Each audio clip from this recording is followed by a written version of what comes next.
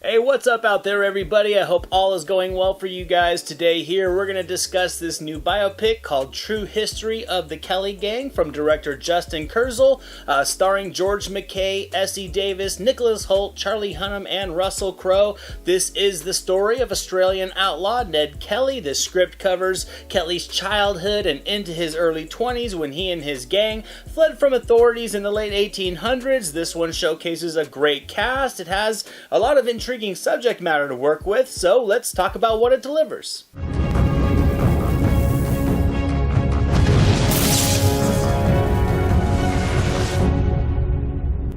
Rolling Stone frontman Mick Jagger played Kelly back in 1970. Heath Ledger came around and portrayed him again in 2003, neither of which were movies I've ever seen, so from a cinematic aspect, this was my introduction to the Australian bushranger. I really did enjoy this movie, but I didn't love it. I do think it was very well crafted. The cinematography was pristine. It captured the beauty of the region, but also created this looming dread that fell over Ned Kelly and his family perfectly, which did create a very immersive tone. But for me, however, this was almost a tale of two movies. The first half was very intriguing. It focuses on a childhood Kelly living with his family in a small shanty. Times are desperate for them. Colonial rule sweeping across the country has created a state of oppression, one that does thrive on toxic masculinity, which is thrown onto Kelly at a very early age. He sees a sergeant who monthly comes by to sexually abuse his mother while his father does nothing, and his own mother even sells him to a notorious bushranger in an attempt to make a man out of him.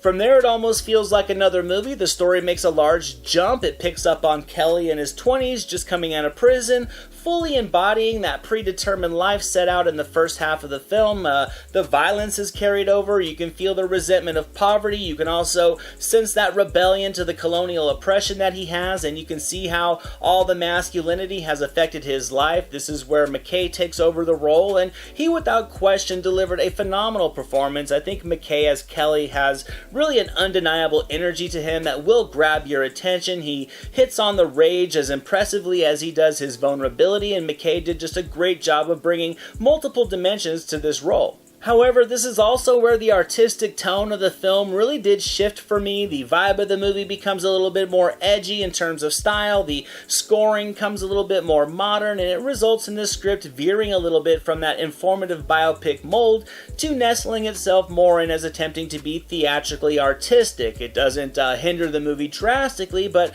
for a person like myself who's unfamiliar to this man, the increase of exposition was a little bit of a disappointment. One of the major debates over Ned Kelly was his legacy overall. Now, there is no denying that he's a criminal outlaw, but there are those that saw him as a hero and others that saw him as a pure villain, and that's something that this movie never really takes a side on and doesn't really tackle that much. Now, it doesn't necessarily have to, but over the course of the film, through the back half, while it was visually appealing, it lacked that meaty dialogue to continue exploring who this man was with that detailed lens that it used in the first half of the movie. But I gotta admit, regardless of that, it's still an intriguing movie with a collection of great performances. It does have that noticeable change in tone and atmosphere, but I gotta say the two halves work together enough to create a decent picture of this young man and who he was. However, I think exploring more of what was going on inside his head that drove a lot of his actions would have added a lot of riveting appeal. It would have created a stronger connection to Kelly and his gang, but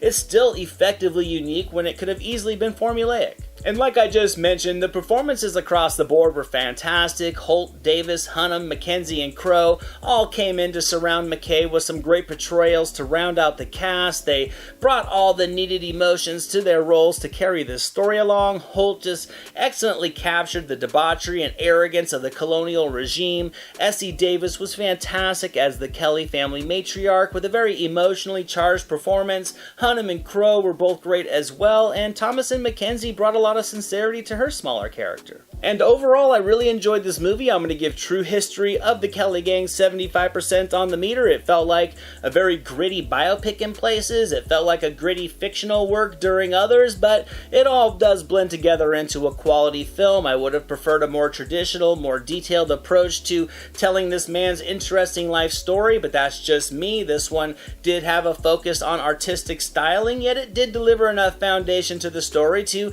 not be a case of style over substance, so So if the trailers look appealing to you, I recommend giving this movie a shot.